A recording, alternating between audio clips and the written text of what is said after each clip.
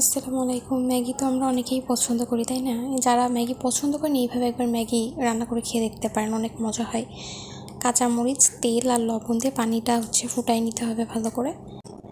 Maggi আসলে একদম plane Maggi খেতে খেতে কেমন যেন মনে হয় যে না আর ভালো লাগে না, কিন্তু এটা কিন্তু নেশার মতো, মানে একবার খেলে বারবার খেতে হবে এমন ব্যাপারটা।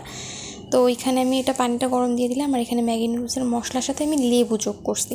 লেবুটা নিজের পরিমাণ মতো, আপনারা যদি বেশি লবণ মানে বেশি লেবু খেতে পছন্দ করেন, টক বেশি দেবেন, কম দিলে কম, এটা নিজের উপরে। তবে আমার মনে হয় যে একটু মিডিয়াম থাকাটাই ভালো।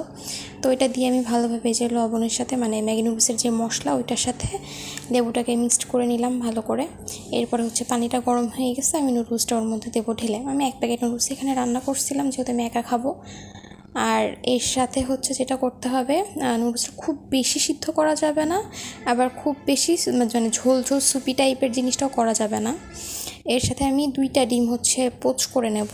এর সাথে ডিম পোচটা একটু কুসুমটা কাঁচা রাখলেই ভালো হয়, তবে আমার কেন জানি কাঁচা থাকছে না আর কি, কুসুমটা ভেঙে যাচ্ছে কিছুদিন থেকে। এই যে এখানে আমি নুডলসটা সুন্দরভাবে ঢেলে নিলাম, মিক্সড করে নেব। মিক্সড করে নেওয়ার পরে আমি এখানে ডিমটা দিয়ে নেব।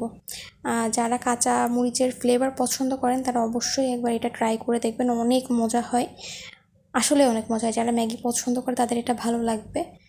এই তো, ট্রাই করে দেখেন আর আমাকে জানাবেন কেমন লাগলো। আল্লাহ হাফেজ।